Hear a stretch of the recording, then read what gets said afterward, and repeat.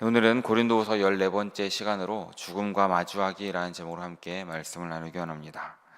우리가 말씀 가운데 성경을 통해 배우는 참된 믿음이라는 것은 세상에서 만사 형통만을 주는 것은 아니다라는 것을 계속해서 말씀드렸습니다.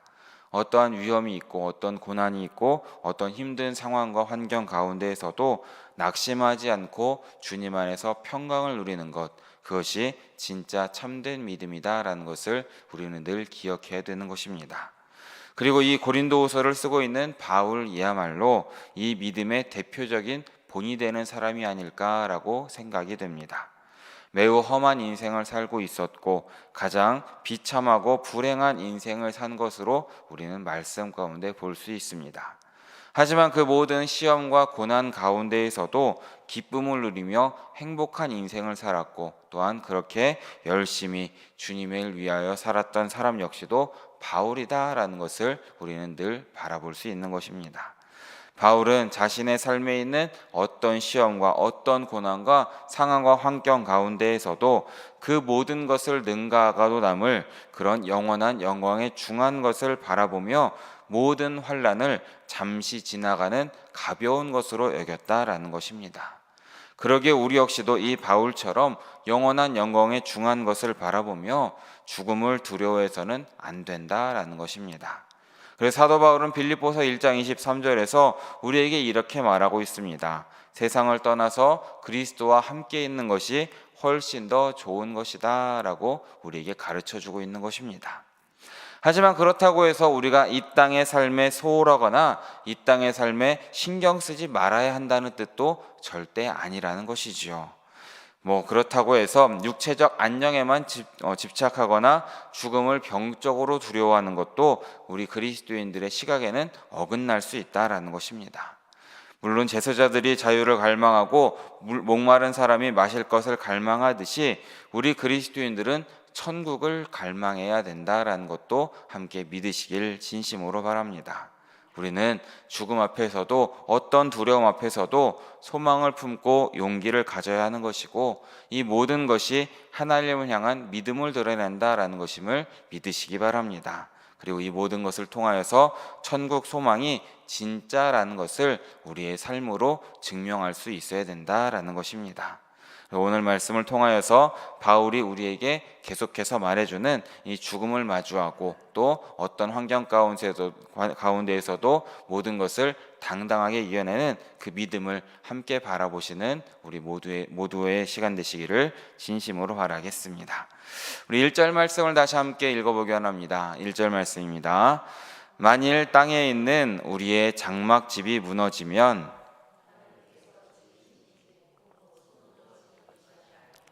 하늘에 있는 영원한 집이 우리에게 있는 줄 아느니라. 아멘. 이 당시 바울의 직업은 다들 아시다시피 장막, 텐트를 만들어 팔았고 또 그것을 보수하는 것으로 우리는 잘 알고 있습니다. 그래서 사도 바울은 장막을 세우고 철수하는 것에 익숙했던 사람이었습니다. 그래서 이런 장막들은 아주 쉽게 치고 거두는 아주 간단한 구조물이었다라는 것이죠. 그래서 여기에서 사도 바울은 이처럼 우리 몸이 무너지는 데에는 그렇게 큰 힘이 필요하지 않다라는 것도 함께 포함해서 우리에게 말해주고 있습니다. 아주 작은 바이러스 하나로도 세상이 흔들리는 것처럼 이 작은 바이러스 하나로도 우리의 장막 몸은 무너질 수 있다라는 것을 함께 이야기하고 있는 것이죠. 그럼에도 우리가 절망하거나 두려워하지 않을 것은 바로 하나님께서 지으신 집, 곧 영원한 집이 하늘에 준비되어 있다라는 것을 우리는 늘 믿어야 되기 때문이다라는 겁니다. 하나님께서 지으신 집은 장막이 아닌 것입니다. 튼튼한 빌딩 같은 집이라는 것을 믿으시기 바랍니다. 그리고 한 일시적인 장소가 아니라 영구적인 건물로서의 영원한 집이다라는 것이지요. 하나님께서 예수 그리스도 안에서 우리에게 영원한 집으로서의 부활의 몸을 허락하신다라는 것을 믿으시기 바랍니다. 그리고 이 부활의 몸 역시도 손으로 지은 것이 아니다라는 것이지요. 이것은 우리의 육체의 몸이 아니라 영적이고 초월적이고 영원한 몸을 우리에게 허락하신다라는 것을 믿으시기 바랍니다. 이렇게 영원한 부활의 몸을 소망하심으로써 어떤 환경 가운데에서도 당당하게 마주하시는 우리 모두 되시기를 진심으로 바라겠습니다. 우리 2절에서 4절까지 말씀, 3절의 말씀을 함께 읽어보게 합니다. 함께 읽습니다. 참으로 우리가 여기 있어 탄식하며 하늘로부터 오는 우리 처소로 덧입기를 간절히 사모하노라. 이렇게 입음은 우리가 벗은 자들로 발견되지 않으려 함이라. 참으로 이 장막에 있는 우리가 오히려 덧입고자 함이니 죽을 것이 생명에 삼킨 바 되게 하려 함이라. 아멘.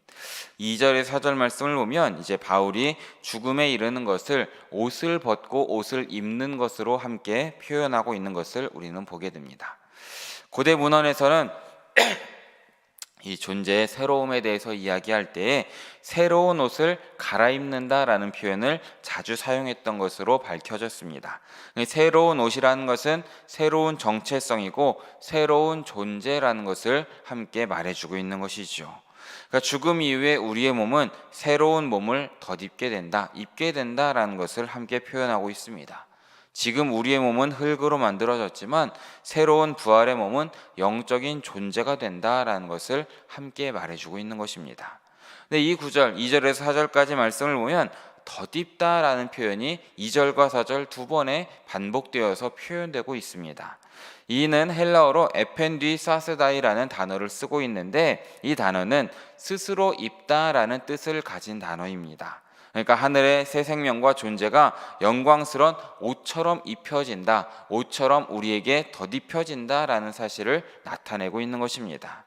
이렇게 보면 어쩌면 이 모든 것은 입고 있는 육신 위에 이 부활의 몸을 덧입는다라는 의미를 내포하고 있는 것을 보게 되는데, 바울이 마치 에녹이나 엘리야처럼 살아서 영광스러운 몸을 입는 것을 간절히 고대하고 있지 않았을까라고 추측할 수 있는 장면으로도 우리는 볼 수 있는 것입니다.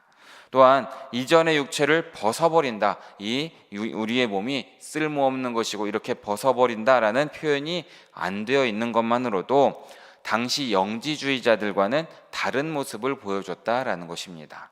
이 당시 영지주의자들, 헬라 철학에 물들어 있던 사람들은 인간의 육체는 헛된 것이고 부정한 것이기 때문에 정말 이 모든 것을 버려야 한다라고 부정한 것으로 본 것과는 다르게 바울은 우리 몸 위에 부활의 몸을 입는다라고 표현하는 것으로 우리의 육체의 몸 역시도 가치 있는 것으로 여겼다라는 것, 이렇게 하나님께서 만들어주신 몸을 소중하게 여겼다라는 것도 함께 바라볼 수 있어야 된다라는 것입니다.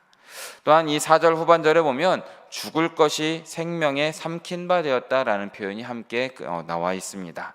이 표현은 이 씨앗이 열매를 맺는 것으로 상상하시면 참 좋을 것 같습니다. 씨앗 하나를 보면 마치 죽어서 끝난 것 같습니다. 이 안에 아무것도 없는 것 같습니다. 하지만 그 안에 하나님께서 숨겨진 생명이 있는 것이고 이것이 땅에 떨어져서 썩어 죽어짐으로써 변화되어 나무가 되고 열매를 맺는다라는 것을 우리는 잘 알고 있는 것이죠. 씨앗은 죽지 않고는 살아날 수가 없다라는 것입니다. 그러니까 생명이 씨앗의 죽음을 삼켰다라는 것을 우리는 함께 바라볼 수 있어야 되는 것입니다. 이 표현을 우리가 보면 고린도전서 15장 54절에도 이렇게 표현하고 있습니다. 함께 읽어보겠습니다. 이 썩을 것이 썩지 아니함을 입고 이 죽을 것이 죽지 아니함을 입을 때에는 사망을 삼키고 이기리라고 기록된 말씀이 이루어지리라. 아멘. 그러니까 이 죽을 것이 생명에 삼켰다라는 것은 이 기록된 말씀이 이루어진다라는 것인데, 이 기록된 말씀은 이사야서 25장 8절의 말씀입니다. 함께 읽어보겠습니다. 사망을 영원히 멸하실 것이라. 주 여호와께서 모든 얼굴에서 눈물을 씻기시며 여호와께서 이같이 말씀하셨느니라. 아멘. 하나님께서는 이 모든 죄와 수치를 씻어내시기 위해서 죽음을 영원히 삼키셨다라는 것을 우리는 함께 바라봐야 된다라는 것입니다. 그러므로 죽음을 이기시고 승리하신 예수 그리스도를 믿으심으로써 영원한 부활의 몸을 소망하시는 우리 모두의 삶이 되시기를 진심으로 바라겠습니다. 그리고 이러한 믿음은 온전히 성령의 역사로만 가능하다라는 것을 우리 또한 성령께서 이러한 모든 변화를 우리가 확신하도록 우리 안에 보증이 된다라는 것도 5절 말씀에서 사도 바울은 함께 고백하고 있습니다. 함께 읽어보겠습니다. 곧 이것을 우리에게 이루게 하시고 보증으로 성령을 우리에게 주신 이는 하나님이시니라. 아멘. 우리의 인간적이고 이성적인 생각으로는 이해할 수 없는 것이 바로 죽음 이후의 삶이다라는 것입니다. 하지만 이 모든 것을 우리가 믿고 가능하다라는 것을 확신을 주시는 분이 바로 성령님이시고 이분을 보내신 분은 바로 하나님이다라는 것을 우리는 함께 믿어야 된다라는 것입니다. 이러한 성령님의 보증이 있음을 우리는 믿었고 또한 바라보았기 때문에 바울 역시도 담대하게 언제나 주님을 전하는 삶을 살았다라는 것이지요.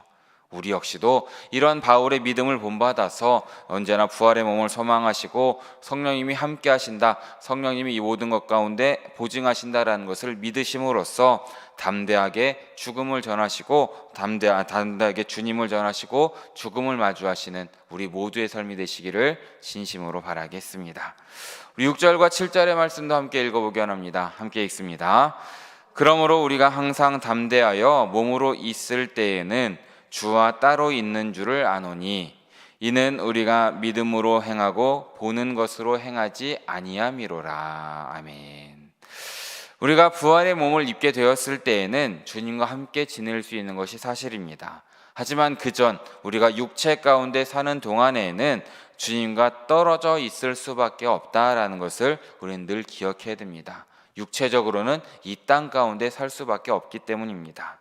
그래서 몸을 입고 있는 동안에는 믿음으로 행해야 한다라는 것을 사도 바울은 우리에게 말해주고 있는 것입니다. 믿음으로 성령님 안에서 주님의 임재를 경험할 수 있어야 한다라는 것입니다. 그래서 보는 것으로 행하지 않고 믿음으로 행하는 삶을 살아야 한다라고 우리에게 가르쳐주고 있는 것이죠. 그렇다면 이렇게 믿음으로 행하는가를 어떻게 우리가 확인할 수 있겠습니까? 바로 담대함으로 우리는 확인할 수 있는 것입니다. 바울에게 있어서 담대함이라는 것은 일시적인 느낌이나 지나가는 감정이 아니었습니다. 늘 변함없는 마음의 상태로서 담대함으로 늘 주님을 전했다라는 것을 우리는 기억해야 되는 것입니다. 완전한 확신, 영원한 영광에 중한 것을 가질 수 있다는 믿음을 가졌고 이 모든 것을 성령님께서 보증하신다는 것을 믿었기 때문에 바울은 모든 것 가운데 담대한 믿음의 삶을 살았다라는 것을 우리는 기억해야 되는 것입니다. 사랑하는 성도님들 역시도 늘 이 바울의 담대함을 늘 바라보시고 함께 본받으심으로써 주님과 동행하시고 늘 믿음으로 행하시는 우리 모두의 삶이 되시기를 진심으로 축복합니다. 마지막 8절의 말씀을 함께 읽어보기 원합니다. 함께 읽습니다. 우리가 담대하여 원하는 바는 차라리 몸을 떠나 주와 함께 있는 그것이라. 아멘. 바울이 죽음을 떠나 주와 함께 거하는 상태로 들어간다는 담대한 확신이 있었기 때문에 바울은 언제나 당당한 삶을 살 수 있었다라는 것도 이 말씀 가운데 우리는 함께 보게 되는 것입니다. 죽음을 두려워하지 않는 그 모든 이유는 부활의 몸을 입는 것도 중요했지만 몸을 떠나서 이제 예수님과 함께 주님과 함께 거할 수 있다, 주님과 함께 지낼 수 있다라는 이런 담대한 믿음이 있었기 때문에 모든 것 가운데 확신을 가지고 살 수 있었다라는 것을 우리는 바라보게 되는 것입니다. 그러기에 바울은 이 땅에서 사는 것을 나그네와 거류민의 삶으로 이해했던 것이고 온전히 하늘에 있는 영원한 집을 바라보았기 때문에 담대한 삶을 살 수 있었다라는 것을 이 말씀 가운데 우리는 보게 되는 것입니다. 그러기에 우리 사랑하는 성도님들도 이 말씀을 늘 기억하시면서 어떤 일이 있을지라도 늘 담대하게 하루하루를 지내시는 우리 모두 되시기를 진심으로 바라겠습니다. 말씀을 정리하겠습니다. 오늘 말씀 가운데 우리는 이 바울의 고린도후서 5장 1절에서 8절 말씀을 통하여서 죽음을 마주하고 또한 어떤 상황 가운데에서도 담대한 믿음의 삶을 사는 것을 함께 살펴보았습니다. 우리는 누구나 죽음이란 이 불편한 현실을 마주할 수밖에 없는 것이 우리의 인생입니다. 불쾌하고 불편하지만 누구나 맞이할 수밖에 없다라는 것이죠. 하지만 오늘 말씀을 통하여서 위로를 받으시고 힘을 얻는 우리 모두 되시기를 진심으로 바라겠습니다.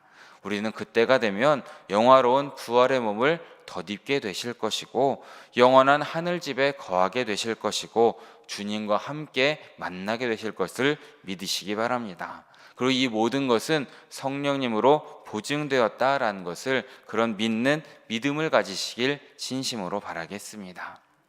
고난주간을 시작하고 있습니다. 이번 한 주 이 믿음으로 더욱 담대하게 하루하루를 보내시고 특별히 계시록 세미나를 통하여서도 숨겨진 하나님의 말씀, 하나님의 복음을 바라보시고 말씀대로 믿음대로 하루하루를 살아가심으로 하나님의 복을 누리시는 우리 모두의 삶이 되시기를 진심으로 바라고 축원합니다. 함께 기도하겠습니다.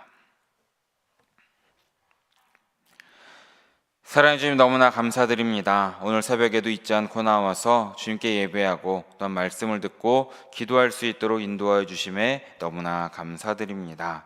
주님, 우리 고린도후서의 말씀을 바라보면서 바울처럼 다가올 죽음 가운데에서도 온전히 모든 것을 담대하게 이겨내는 믿음을 우리에게 허락하여 주시옵소서. 주님의 영원한 집이 있다는 것과 또한 부활의 몸이 우리에게 주어질 것과 이 모든 것이 성령님으로 보증되었다는 사실을 믿을 수 있는 믿음을 우리에게 허락하여 주시고 그 믿음으로 담대하게 주님만을 전하며 살아가는 우리 모두의 삶이 될 수 있도록 주님께서 인도하시고 지켜주시옵소서. 고난주간을 시작합니다. 더욱더 십자가만을 바라보고 믿음 가운데 말씀 가운데 살아가는 우리 모두의 삶이 될 수 있도록 주님께서 인도하시고 지켜주시옵소서. 모든 말씀 우리의 모든 것 되시고 언제나 함께 하시는 예수 그리스도의 이름으로 기도드립니다. 아멘.